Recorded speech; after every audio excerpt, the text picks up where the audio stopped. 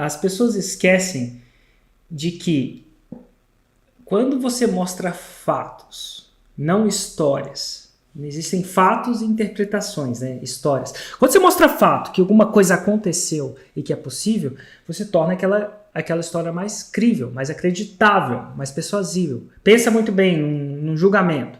Né? Tem um juiz, tem uma parte promotora e uma parte da defesa.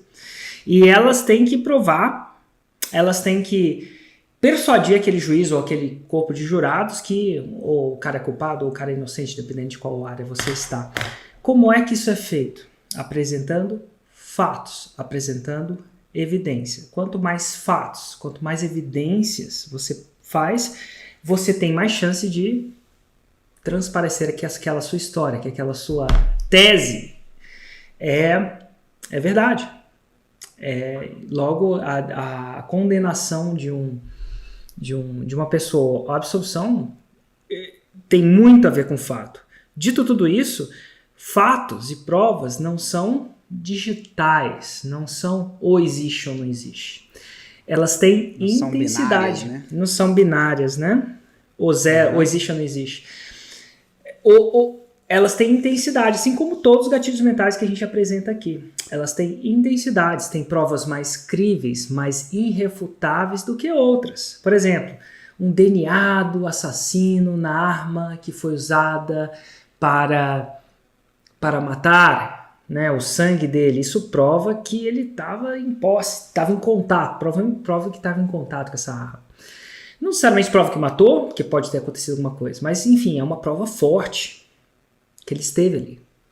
Dito tudo isso, se não existe tal prova, testemunhos, na época que não existia DNA, né, análise de DNA, testemunhos eram provas também. E também a coletividade, a quantidade de testemunhos também são provas. E o que eu quero dizer é o seguinte, não existe uma prova que seja irrefutável bastante. Sempre existe intensidade. Existem provas muito intensas e provas menos intensas. E então, você provar é importante, mas você cada vez mais aumentar a intensidade dessas provas vai fazer com que o seu lançamento, seu projeto, seu 6 em 7 venha mais rápido. Entendi. E, cara, nesse exemplo que você deu do juiz, por exemplo, eu imagino que é um exemplo muito perto da realidade do pessoal. O pessoal provavelmente já viu filme de crime, aí você tá com uma coisa, o DNA, outra coisa é um vídeo, por exemplo, mostrando, e aí é fácil do pessoal entender essa intensidade. Mas quando a gente fala no nosso mundo aqui, no mundo do 6 em 7, no mundo de uma pessoa que está preparando o lançamento dela ali, como é que essa intensidade se traduz na prova de alguém que está querendo vender um produto digital? Essa é a minha pergunta.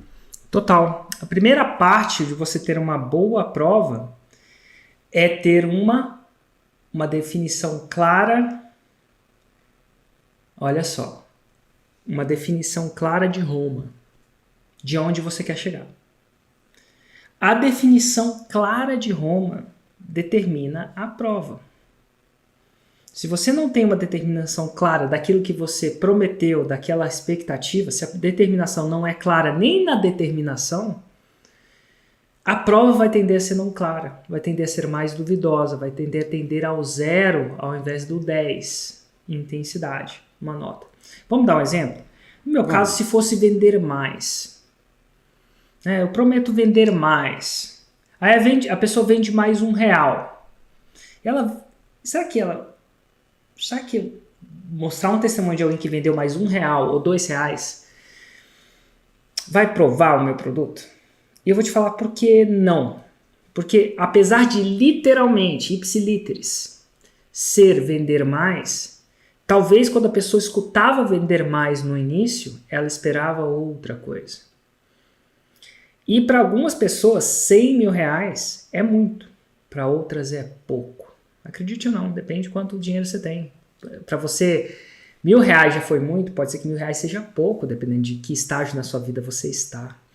Então, uma definição de uma expectativa que não é específica tende a gerar provas também não específicas que tende a gerar, quanto menos específica é uma prova, já falei, menos intensa ela é, menos credibilidade ela tem. Não quer dizer que não tenha credibilidade, mas é menos.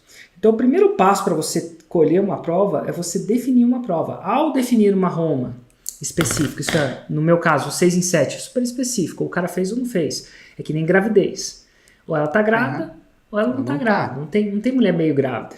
É uma prova ideal. Então, o fato de eu ter definido isso faz com que quando os meus alunos mandem e falem, cheguei ao 6 em 7, eles podem falar, cheguei ao 6 em 7, que isso é a palavra deles, né, tá falando chegou. Eles podem adicionar próprias provas naquela prova que ele tá dando, no testemunho dele. Cheguei ao 6 em 7, esse é o print do Hotmart, e muitos fazem, eu colo muitos prints, e é uma prova. Quer dizer que é uma prova irrefutável? Não, alguém pode pensar que eu estou fazendo Photoshop. Né? E aí, então assim, tem sempre, beleza, então a pessoa vai ter que investigar mais, conversar com o cara, de repente entrar no Instagram dele, tentar verificar a coerência de discurso. Fiz um 6 em 7 em, sei lá, desenvolvimento pessoal. Será que o Instagram dele tem seguidores, tem audiência? Ele fala disso? Então assim, tem várias maneiras de você acessar a prova, e você acessar a veracidade da prova.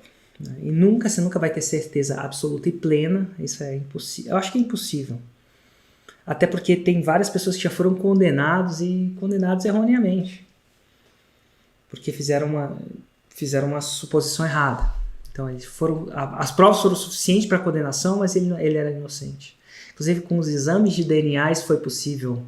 Muitas pessoas saíram da cadeira depois do advento dos exames de DNA, que é uma prova mais forte. Mas Hugo, o primeiro passo de você ter uma boa prova é você ter uma boa definição de um destino.